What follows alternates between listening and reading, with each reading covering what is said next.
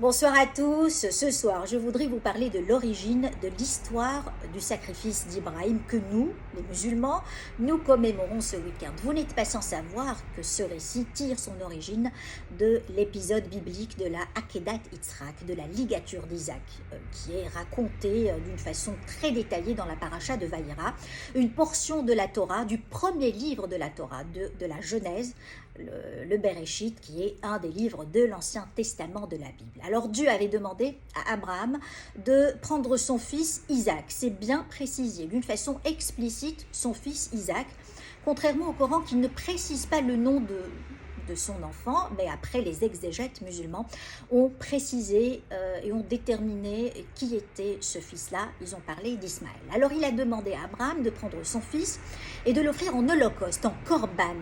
En hébreu on dit korban, et en arabe c'est pareil. Vous remarquez, c'est korban. Donc korban étymologiquement vient de karov en hébreu qui dit proche, qui veut dire proche. Donc le korban c'est pour se rapprocher de Dieu, pour s'offrir les faveurs de Dieu et pour conjurer le mauvais sort.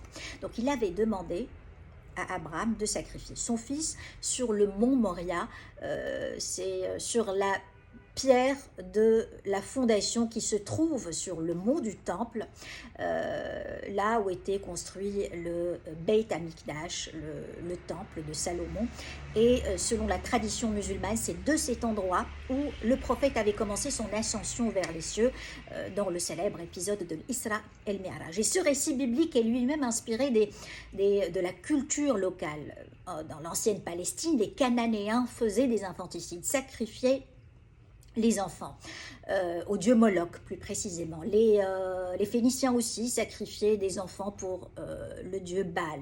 Les Carthaginois aussi, les Romains, les Grecs. Vous connaissez sans doute la célèbre histoire d'Iphigénie dans la mythologie grecque. Son père Agamemnon voulait sacrifier pour s'offrir les faveurs de la déesse Artémis, et à la dernière minute, elle a été sauvée par une biche pour éviter que Iphigénie ne soit tuée. C'est presque la même histoire que le sacrifice d'Abraham.